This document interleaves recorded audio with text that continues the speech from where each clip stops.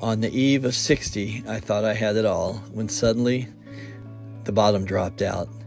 As I swirled in the mist of the stages of grief, attempting to untangle the roots of all that led me to this point in life, I fixed on 3 images from a previous time of travel and art.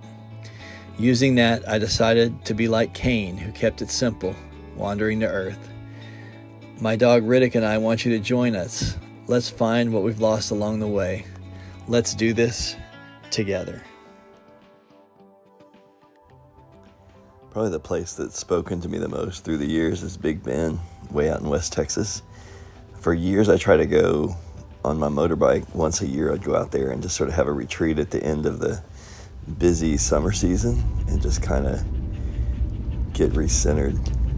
There's something about having to drive hour after hour and just nothing but deserty landscape before you get there to kind of remove you from whatever your normal things are in the world. I did stop at the Dinosaur Museum on the way in, which is the first time I've done that. And that really set the stage for realizing the age of the place you're entering, especially when you realize it was once underwater, it was a marsh, it was a sea, it was a shallow sea. And you see the remnants of all the creatures that were there, which are all through the park, from dinosaur footprints to trilobites to nautilus imprints. There's just so much history that has been there.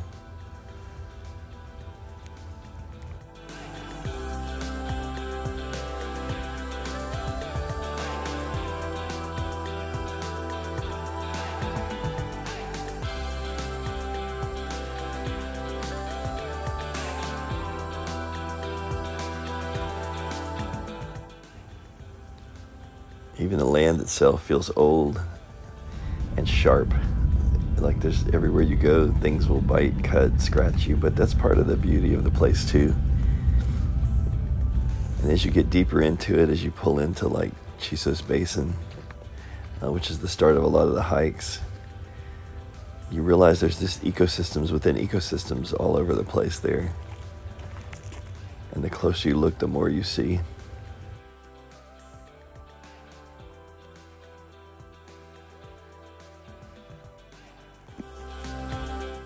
I went for a really long hike up to the South Rim, which I've done a lot of times before, but I don't know, man. I suddenly felt like, I was 60 after the 14-mile round-trip mountain hike, which I've done a lot in the past. I didn't remember it wiping me out as much as this time, but I didn't realize it as I did it, just because there's pieces of so much beauty the whole way. So even walking up, if you just stop and look, there's whole worlds in the smaller spaces there, especially after it rains.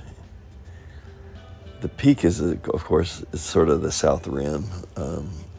Once you get up to the top, you look out over Mexico, and you just look off into eternity, basically. But it's kind of like the Grand Canyon without the other side.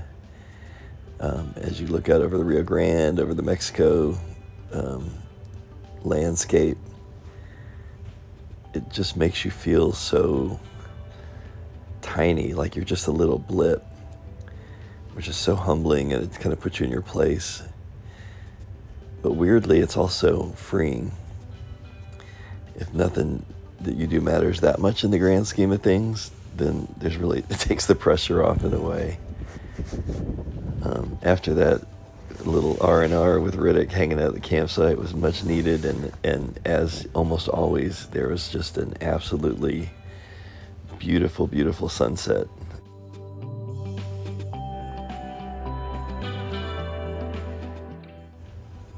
Next morning, we got up with a mission. I had never, ever been to a place called Santa Helena Canyon. I've been to Boquillas Canyon. I've been on a lot of the park, but the park is vast. You could spend a whole lifetime exploring it. But as we were driving there, one of the people that work there told me, watch on your left-hand side when you're about halfway down this dirt road. And there's this thing called a jackal, which is a type of structure this man named Luna lived in with his family for years. He lived to be like 118 years old, I think. and he diverted a little piece of the Rio Grande, like a little tributary, to farm there years back.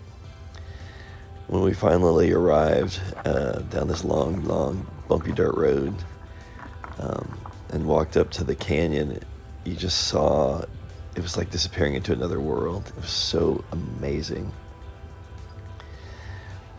So the plan was to do an up and back paddle, but as it kind of entered this like forgotten place beyond time, the whole plan, I just didn't even think about. I mean, I was so in the moment, just looking at the beauty, paddling upstream. I mean, there's caves, I saw mountain lion footprints, I saw all kind of remnants of things that had been there before, fossils. I mean, it's just etched in the stone, like the history, the layers of history that are just built in there.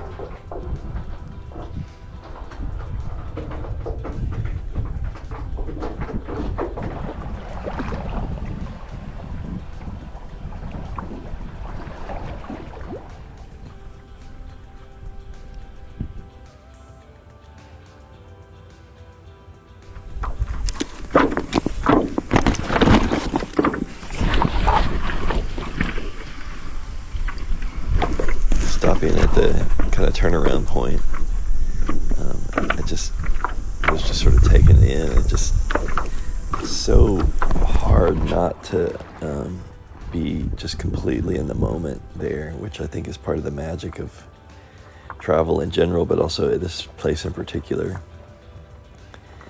As I emerged back after going down river on the way back, it felt like you just came out of a cocoon, had been kind of reborn. That side of the park is close to Terlingua, so I stopped by a couple of spots I really like and I've been to before. Starlight Cafe is always a good place to stop in. Stopped in for an early dinner, get a little music, and it's just relaxed. But I was thinking about some of Miss Hallie, who my wife and I met years back, who's asked us what she did, why was she at the Big Bend, and told her Big Bend is big country, and it is.